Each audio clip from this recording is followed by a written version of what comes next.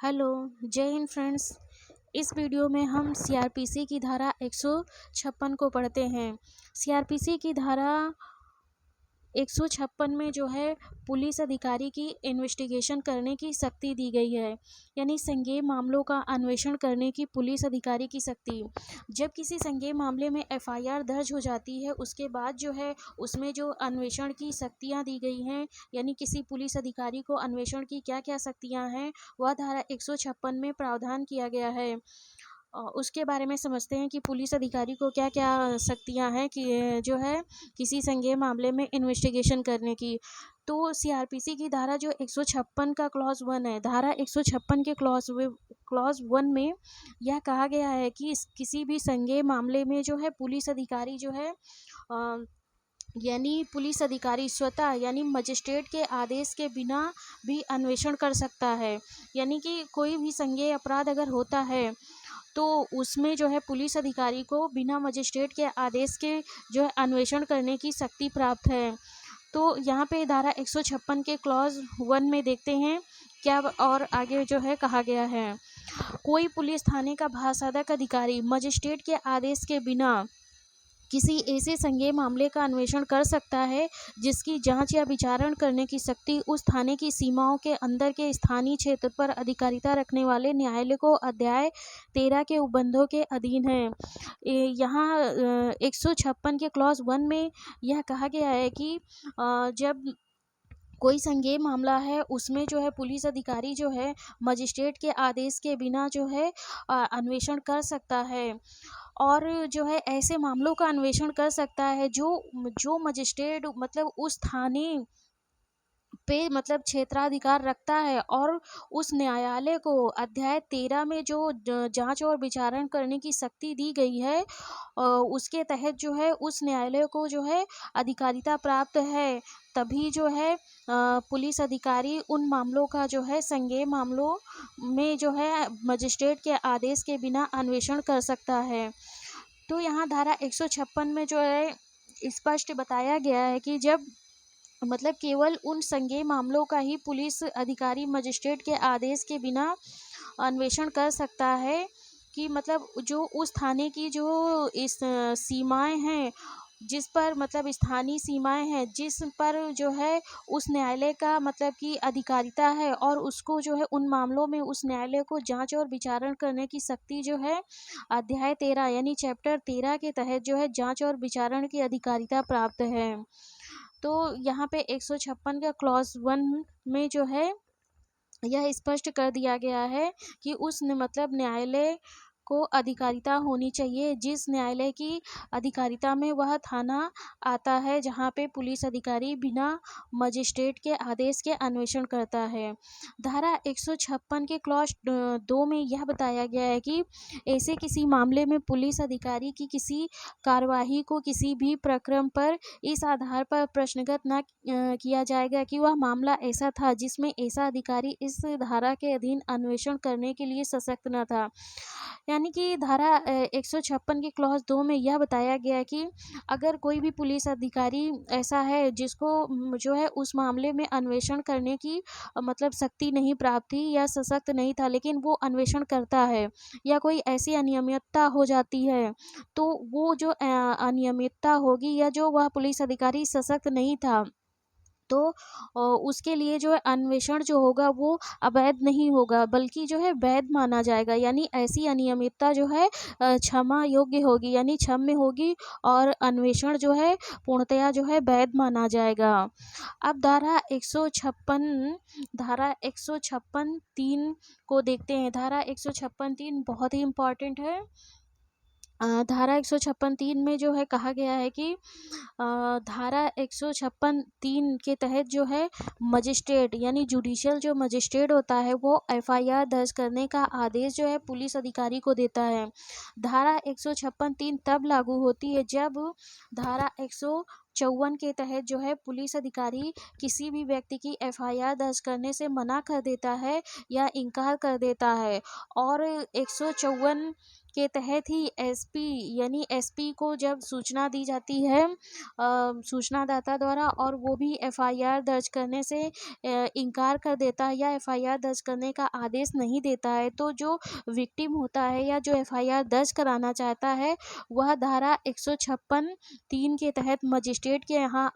मतलब कि आवेदन या एप्लीकेशन देता है कि मजिस्ट्रेट जो है पुलिस अधिकारी को एफआईआर दर्ज करने का जो है आदेश दें और अन्वेषण का आदेश दें। तो धारा 156(3) के तहत जो है मजिस्ट्रेट के आदेश से जो है एफआईआर दर्ज की जाती है और पुलिस अधिकारी द्वारा इन्वेस्टिगेशन किया जाता है।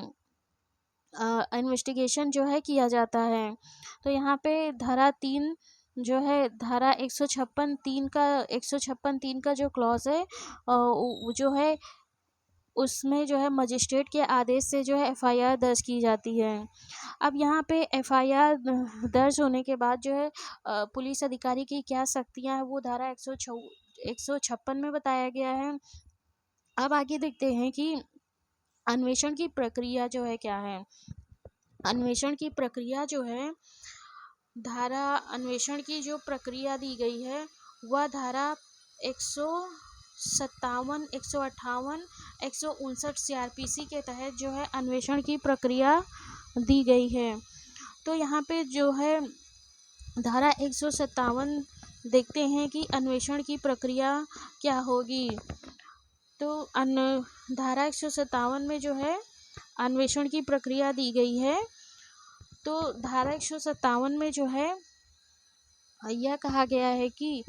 यदि पुलिस थाने के भारसाधक अधिकारी को इतिला प्राप्त होने पर या अन्यथा संदेह करने का कारण है कि ऐसा अपराध किया गया है जिसका अन्वेषण करने के लिए धारा 156 के अधीन वह सशक्त है, तो वह उस अपराध की रिपोर्ट उस मजिस्ट्रेट को तत्काल भेजेगा जो ऐसे अपराध का पुलिस रिपोर्ट पर संज्ञान करने के लिए सशक्त है और मामले के तथ्यों और परिस्थितियों का अन्वेषण करने के लिए, और यदि आवश्यक हो तो अपराधी का पता चलाने और उसकी गिरफ्तारी के उपाय करने के लिए उस स्थान पर या तो स्वयं जाएगा और या अपने अधीनस्थ अधिकारियों में से एक को भेजेगा जो ऐसी पंक्ति से निम्नतर पंक्ति का ना होगा जिसे राज्य सरकार साधारणतया या विशेषतया आदेश द्वारा इस निमित्त सशक्त करें। यानी 157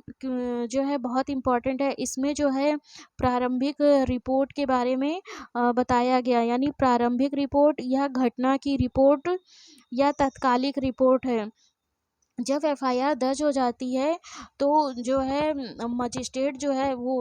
पुलिस अधिकारी जो होता है उस घटना की रिपोर्ट यानी एफआईआर की एक कॉपी जो है तत्काल उस मजिस्ट्रेट को जो है भेजता है मजिस्ट्रेट को भेजता है मतलब जिसकी अधिकारिता में जो है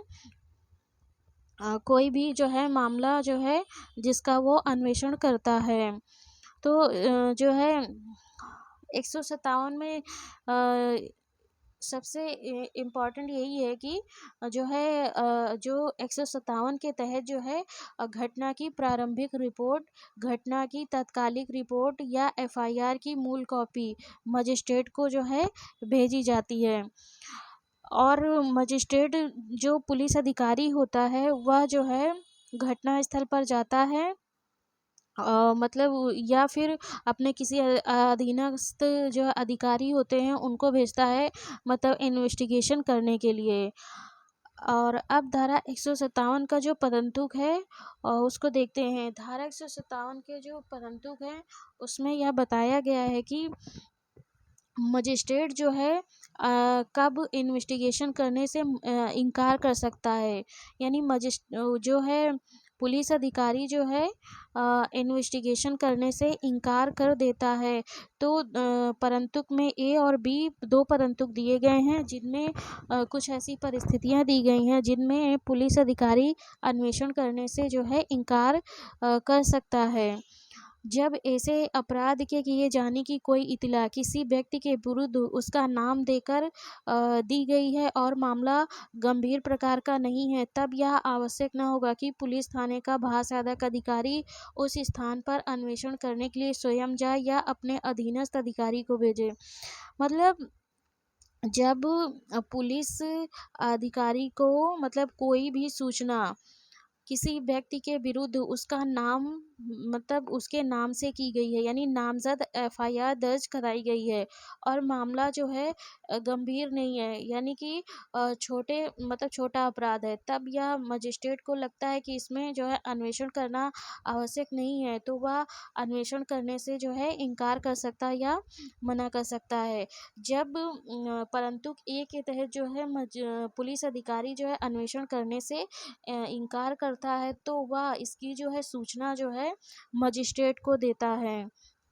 बी में यह बताया गया है कि यदि पुलिस थाने के भाषादक अधिकारी को यह प्रतीत होता है कि अन्वेषण करने के लिए पर्याप्त आधार नहीं है, तो वह उस मामले का अन्वेषण न करेगा। बी में यह बताया गया कि अलग अगर पुलिस अधिकारी को ऐसा लगता है कि जो है एफआईआर दर्ज हो गई है, लेकिन जो है उसमें जो है ऐसे पर्याप्त आधार नहीं है कि जो है जिससे उस मामले का जो है अन्वेषण मतलब किया जाए, तो वह अन्वेषण करने से इनकार कर देगा। और जब अन्वेषण नहीं जो है बी के तहत जो है अन्वेषण करने से पुलिस अधिकारी इनकार करता है, तो वह इसकी जो है सूचना मजिस्ट्रेट और सूचनादाता दोनों को जो है देगा कि वह इस मामले में अन्वेषण नहीं करेगा और ना ही कराएगा। 57 के जो है अगले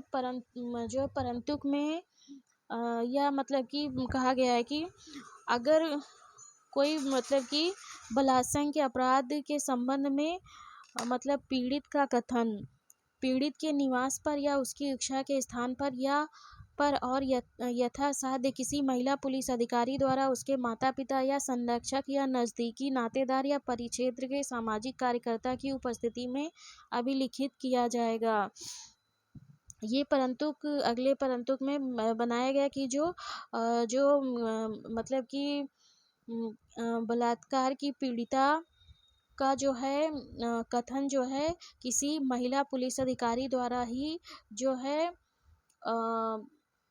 अभिलिखित किया जाएगा और उसके माता पिता या संरक्षक या किसी सामाजिक कार्यकर्ता की उपस्थिति में अभिलिखित किया जाएगा। धारा 157 का जो क्लॉज बी है उसमें यह बताया गया है कि उपधारा 1 के परंतुक के खंड का और ख में वर्णित दशाओं में से प्रत्येक दशा में पुलिस थाने का भाषादक अधिकारी अपनी रिपोर्ट में उस उपधारा की अपेक्षाओं का पूर्णतया अनुपालन न करने के अपने कारणों का कथन करेगा और उक्त परंतु के खंड बी में वर्णित दशा में ऐसा अधिकारी इत्तला देने वाले को यदि कोई हो तो ऐसी रीति से जो राज्य सरकार विहित की जाए तत्काल इस बात की सूचना देगा कि वह उस मामले में अन्वेषण न करेगा और न कराएगा। इसमें खंड 2 में जो है 157 के क्लॉज 2 में यही बताया गया है जो पहले जो है मैंने बताया कि अगर जो है पुलिस अधिकारी इन्वेस्टिगेशन करने से जो है मना कर देता है या इनकार कर देता है, तो इनकार करता है तो उसकी सूचना वह मजिस्ट्रेट और सूचनादाता को देगा। यानी जो परंतुक में जो ए दिया गया है, अगर ए के आधार पर जो आधार दिए गए हैं उसके आधार पर अगर वह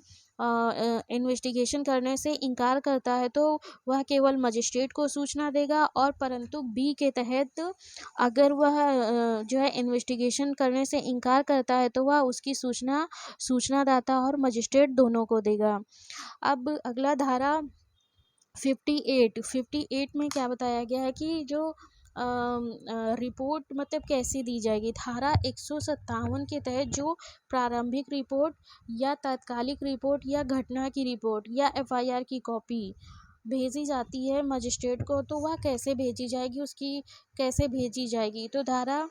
158 में जो है बताया गया है कि धारा 157 वाली जो प्रारंभिक रिपोर्ट होती है उसको मतलब कि कैसे भेजा जाएगा। तो देखते हैं कि धारा 158 में क्या दिया गया है। धारा 158 के अधीन मजिस्ट्रेट को भेजी जाने वाली प्रत्येक रिपोर्ट यदि राज्य सरकार ऐसा निर्देश देती है तो पुलिस के ऐसे वरिष्ठ अधिकारी के माध्यम से दी जाएगी जिसे राज्य सरकार साधारणतः या विशेष आदेश द्वारा इसके लिए जो है नियत करे। यानी कि जो धारा 157 की जो प्रारंभिक रिपोर्ट होगी वह मजिस्ट्रेट को वरिष्ठ पुलिस अधिकारी के माध्यम से दी जाएगी। इसके बारे में जो है प्रावधान किया गया है धारा 158 के क्लॉज 1 में। और 158 के क्लॉज 2 में यह कहा गया है कि ऐसा वरिष्ठ